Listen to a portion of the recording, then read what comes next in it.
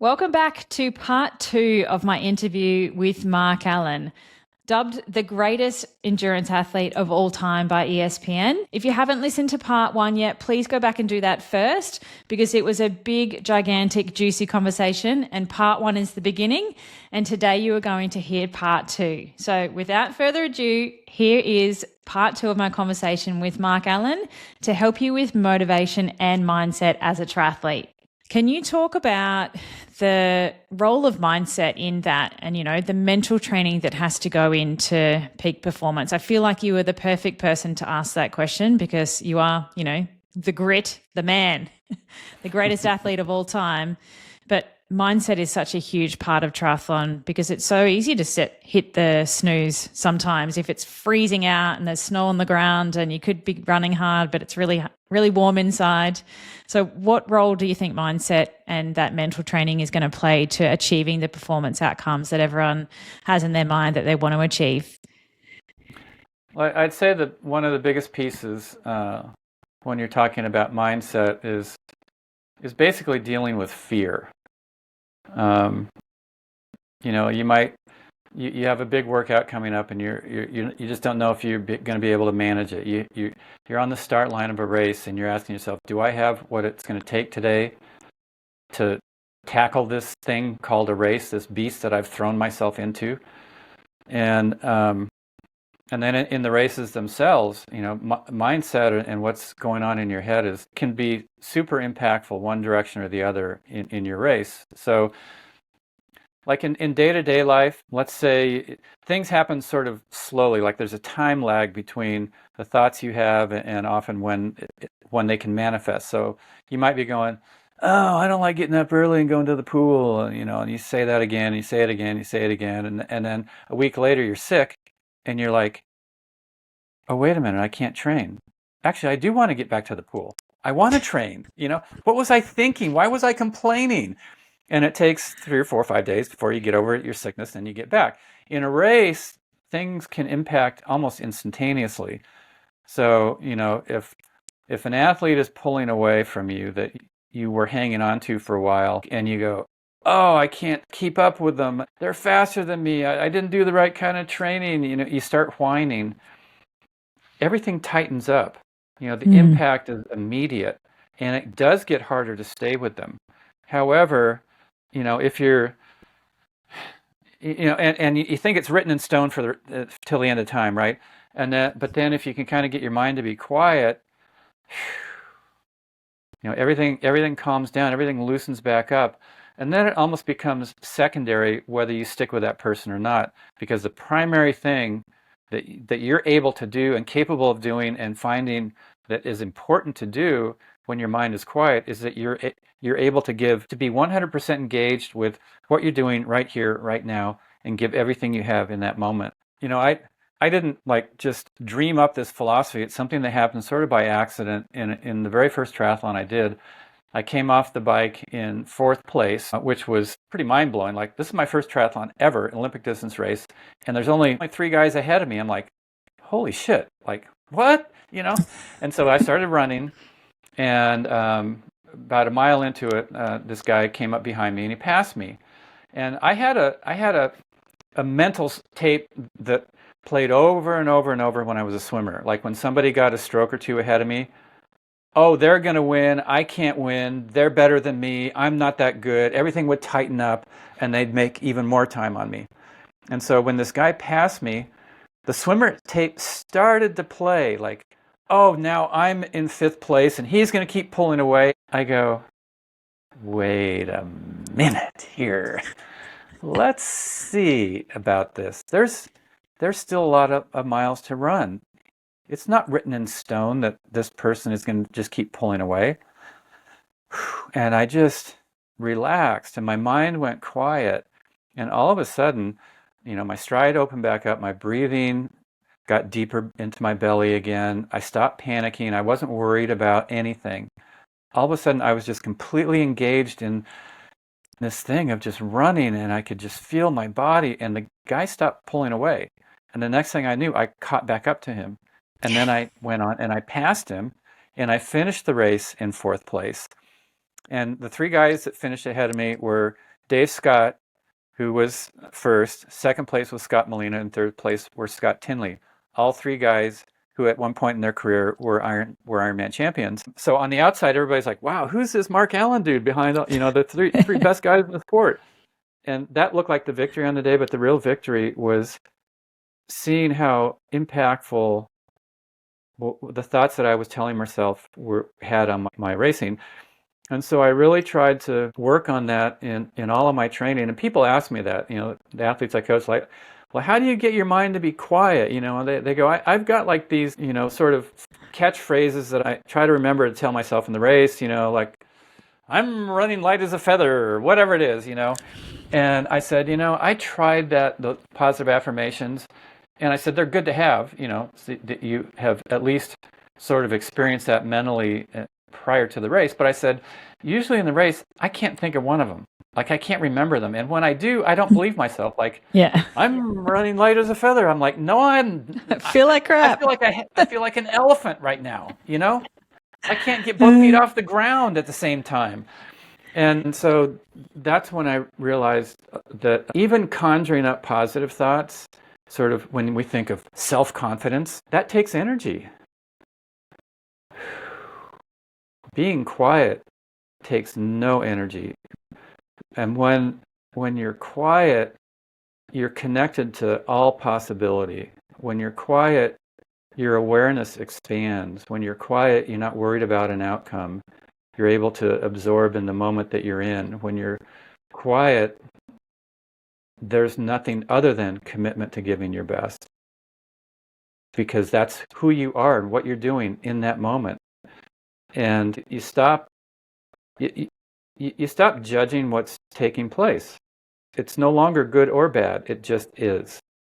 And so I tried to practice that as much as I could in my training, because I knew that, the other guys that I was racing against, in an Ironman, that sort of pumped up self-confidence, it has a shelf life of about 3 hours. After that, you get worn down, and all of a sudden you're like, oh man, this is actually really hard. What was I thinking that I could just like pump myself up and be cool the whole way through this thing? No, this is reality here. And so I knew that the other guys were going to have to deal with themselves just like I was. And there were going to be moments where some goal that you had feels impossible, or that you don't have the motivation to keep going, but you somehow got to conjure up some way of keeping going. And so I would practice that as much as I could in my training, so that, so like when any point of a training session, when I wanted it to be over and I started whining to myself, or it was getting too hard and I didn't think I could make that in the next 2 intervals, or whatever it was, I would try to just go, all right, there's the quiet. And the more you practice that over and over and over, the quicker you can get there in the race, when it really will have a dramatic impact on your the outcome of the day and your experience of that day also. And, I knew the other guys weren't doing that. So it might take them 10 minutes to sort of regroup mentally when something was going on inside them. And I tried to get regrouped in about 2 or 3 seconds, or 2 or 3 breaths, so that I was wasting less time whining and more time just actually racing. It's such a valuable skill. I think you can apply that to anything in life though, right? Not just sport, not just triathlon. Like, life is hard, things happen, and being able to have the skill to stop for a second and just be mindful and breathe can just help alleviate so much stress. I think it's a really good skill that, man, I could definitely use that a lot more in my day-to-day life for sure. Yeah, it is a life skill. And triathlon for me was an arena where I got to explore myself and how I dealt with life, and how I interacted and connected with life. And I could feel the times when I was drawing back and I didn't want to have to deal with something, especially when it was around something where I felt a weakness. And eventually I would go, if I don't deal with this, I will be forced to deal with it. And so I always tried to change by choice as opposed to being changed because you're forced to. Because anytime you're forced to go through any kind of a fundamental change within yourself, if you're forced to, it's always so much harder than when you do it by choice. Go kicking So, and screaming. yeah. Do you use those skills and some of those mindset lessons that you have in periods of burnout, or when you've got a really hard training block with lots of hours, you've got your longest rides, you've got your longest runs? Like, what are some of the mindset things or motivating pieces that you would draw on when you're getting into that pointy end of training? Well, like a race, I knew that when I was kind of in that pointy end of training that it was for a limited time. Like, you can't keep up Ironman training all year. I had about an 8 week really focused block of training leading into Kona that was specific for that race. And so it actually took me from January until sometime late August, early September to get in good enough shape that I could then actually handle that really big block. So one, I knew that it was limited. It wasn't like it was going to go on for months and months and months. Anytime I could wrap my head around a project, then it was relatively easy in a sense. Yeah, I had to get up for the workouts and regroup and stuff.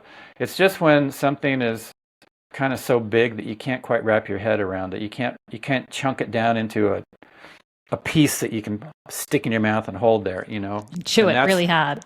yeah, and that's when I had to sort of utilize that type of a tool or mindset. I think a lot of age group triathletes do full distance training all year round. And, people don't use platforms like TriDot, or they try and do their own training, or don't have a coach to have that guidance and the experience to help them through that. And they do try and do training all the time, like no rest days, no periodization to training.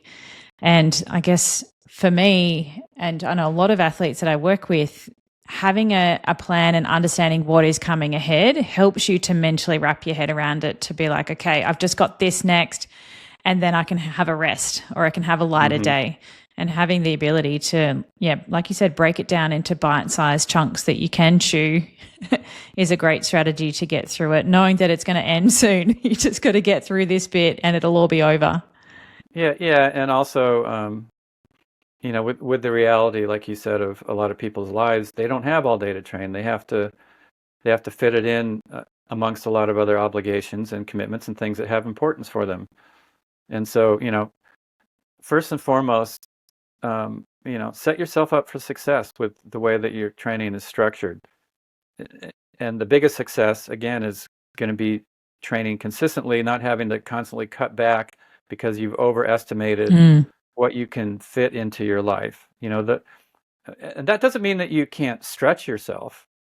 That's when we kind of go over that edge of comfort into that uncomfortable zone, whether it's maybe a longer workout than we've done for a while, or a faster one, or a group workout, or a race we're like, ooh, okay, here I am, I'm at the start line. That's when things get really cool, right? Because you really do get to, the rubber hits the road, and you really do get to kind of see what you're made of, and find ways to work with something that's on purpose difficult. Which then that also helps when you're in situations that are uncomfortable, that you kind of don't have any choice over. Like, like I was saying today, I spent the whole day getting my mom connected with hospice, because she's 88 and she's fading, and it was a big challenge, and I could feel myself a lot of times going, how am I going to make it through this day? And I just kept having to go, you're going to make it through this day. Just we'll put this piece together, and then this piece and that piece, and there's the rest of your life got completely ignored today, and that's okay. Tomorrow is another day, and this is a huge piece to put in place. And so,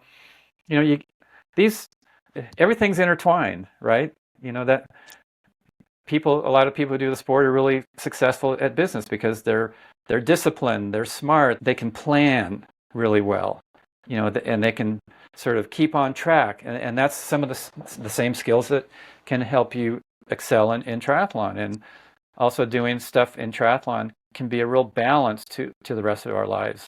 And that's why we talked about the lifestyle element. A lot of people nowadays, there's they don't have physical jobs. They have very sedentary jobs, and you know, fitness and health is not a byproduct of living like it was for our ancient ancestors. We have to go to the gym, we have to get on a bike, Yeah. we have to run. Yeah. It's not part of chasing down prey and all that kind of stuff. And so I think it really helps activate all of the vitality genetics that are inherent in all of our makeup. Mm. Well, thank you so much for coming on the podcast today. I know it's been a tough day. I was like, "Are you sure you want to do this?" And you're like, "Yeah, right on." So I appreciate that very much. Yeah, my pleasure.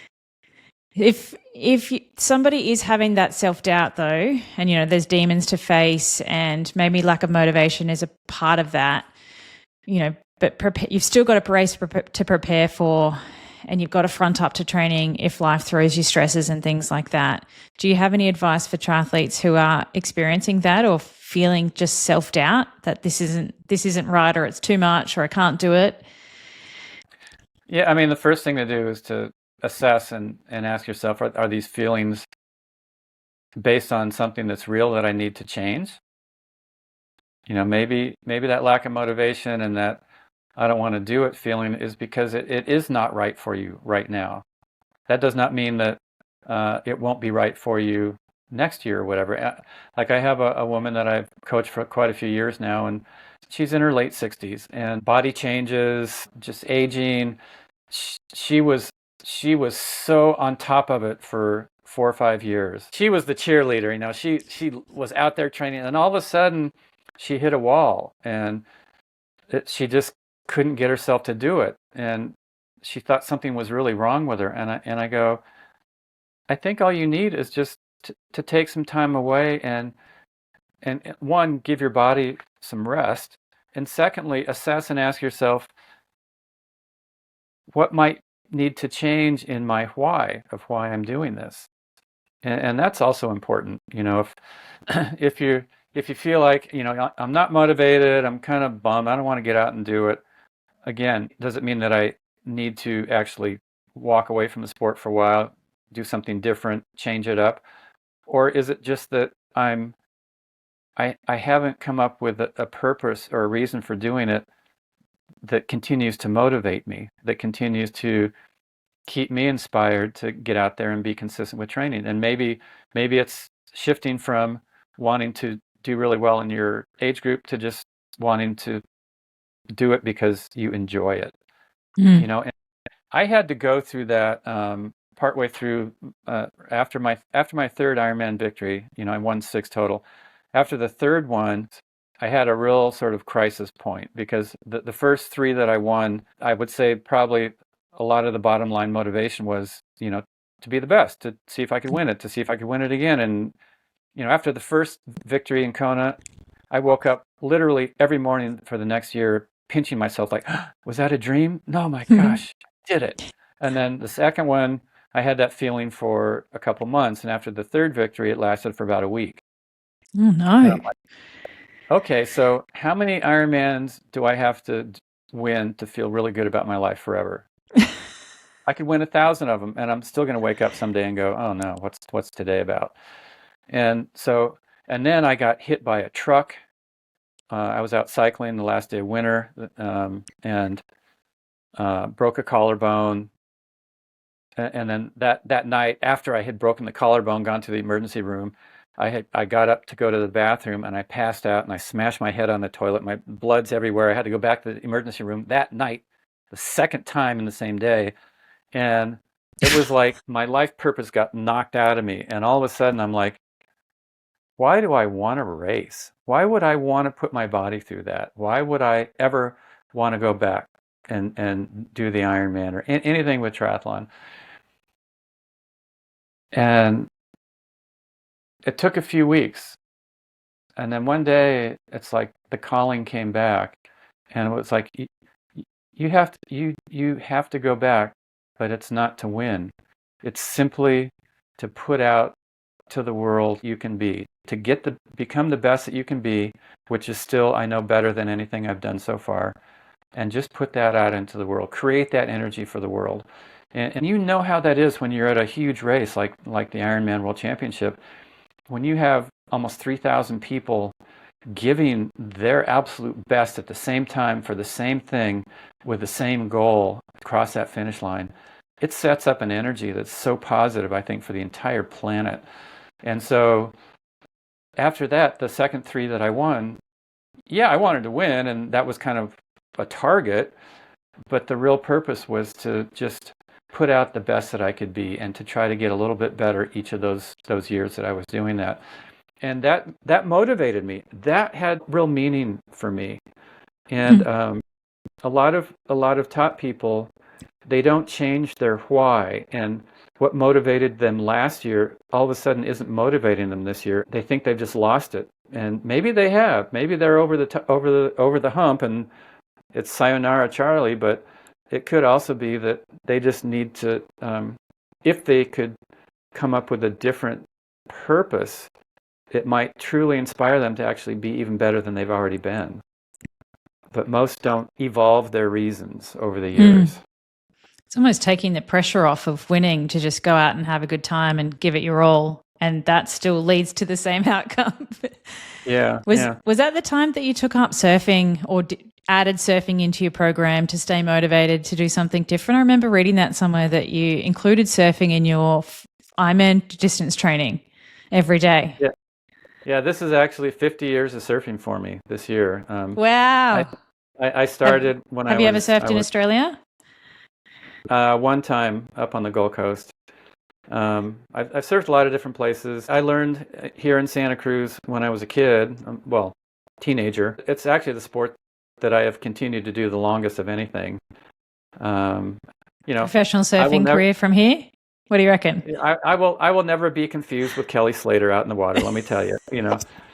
It's fun because as a triathlete, I've had that experience of being the best on a day, and to cross the finish line with no one in front of me, and to be leading the Ironman World Championship. And every time I was in the lead in Hawaii, and I knew without a doubt that nobody was going to catch me, I would get these chills because I just felt like I was paving the way for everybody who was behind me, and I was showing what on this day was possible, and I felt like I was being given the mantle of the entire sport to hold and to take care of. In surfing, it's so not that experience for me. Like I look at the guys in the water who are better than me, which is more than half the guys for sure. And I look at Kelly Slater and John Florence and you name the big names, and I can only imagine what it must feel like to surf the way they do. So but it's a sport that I love, and I knew that I wouldn't, no matter how much I love surfing or how hard I tried to be good at it, that I was never going to be like a competitive level person. Something just doesn't work right for me on that level. But I still probably love it as much as somebody who's won the world championship as a surfer. I've been lucky to experience all sides of sports. One where I could be faster than everybody on a particular day, and another where I will never be confused with the best guy in the water. So what, Such a good breadth of experience, right? Mindset, skills, athletic performance. Well, you've got so many lessons to share. This is why I would love to this be like step one of the TNA podcast with Mark Allen, but he's just coming back all the time. What are some of the most powerful lessons that you've learned about motivation that go beyond triathlon? You have so much knowledge and expertise to tap into. What can you share? Well, one thing that I have seen is that when you go big with stuff, it rarely happens in your time frame, in your timeline. Usually things take longer than you think they're going to, and they usually take more energy than you think they will, and they require you to go to more corners of yourself that are uncomfortable than you ever thought you would have to, and they require you to sort of surrender your ideal and just become a vehicle for this goal that you set out for yourself, no matter how it takes shape or how long it takes to take shape. And that a lot of people don't have the patience for that, and they're unwilling to evolve themselves as they go through the process of a journey toward a big goal. People burn out and they go, forget it, it's not that important. When maybe they were only a day away from hitting whatever it was that they were truly after. And so I've a couple things. Like one, I've learned that staying motivated for a long period of time requires surrender to actually just dealing with reality as opposed to fighting reality. And if you can just deal with the reality of something, one, you're going to move through whatever the challenges are quicker. Secondly, you're not going to quit because you're kind of locked into like a process or a journey that you know you're not going to give up on. And you may not ever have the outcome that you're hoping for, but the journey along the way is going to be something that's going to transform your life forever. Triathlon I was good at it, but I had a lot of setbacks, and I had to work really hard for the successes that I had. But that whole journey of the 15 years racing professionally, it molded and transformed and changed who I am as a person, and it taught me so much. And so I think that's the second piece, is that when people look at what's going on as just an opportunity to learn a little something, that'll also keep you motivated, because you won't be asking yourself, when is this going to be over? Will I ever make it? You're going to be asking yourself, what am I learning along the way here? And when I start whining, I try to stop and tell myself, wait a minute. If I'm whining, I might miss the biggest lesson that this thing is trying to teach me. And so, that's just something that I always try to do. And I tell the athletes that I coach, I say, there's no such thing as a good or bad race. The only bad race you have is one that you actually don't learn anything from, whether you achieve your goals or whether you fell short. And so, it's that learning that goes along with that journey that just really makes it great and amazing. And so, so surrendering to whatever the challenge is requiring of you, being patient, knowing that it's probably not going to materialize in your ideal timeline. Be willing to evolve who you are through the process of the journey, the road that you're on. Be willing to be uncomfortable, and to also not feel like you have to have the answer to everything the second you have a question about something. Like, how am I supposed to do this? How is this going to work? What should I do? I don't know. Okay, that's okay. Keep daydreaming. Keep coming back and asking yourself, what is right? What is right? And eventually, you'll come up with the answer that inside you go, okay, this is the right thing. Wow. So there you go. So spiritual. And have some fun along the way. Life. Right? People ask me when I'm retired, they go, oh, what are you going to do now? What are you going to do to challenge yourself? And I go, life will present me with plenty of challenges. I don't need to go out and seek any of them. They will come across my plate. I guarantee you. So, have fun along the way too. Yeah. Amen. Mark Allen, it has been an absolute pleasure. I feel like I could keep talking to you forever, and you have some mad skills to teach me in storytelling, that is for sure. But so much in your brain there to unlock to help triathletes be more motivated, keep going in the sport, and set themselves up for success, not failure. And it's been so valuable. Thank you so much. Hey, you're welcome. And yeah, anytime you want to have me on, love to chat. Yep.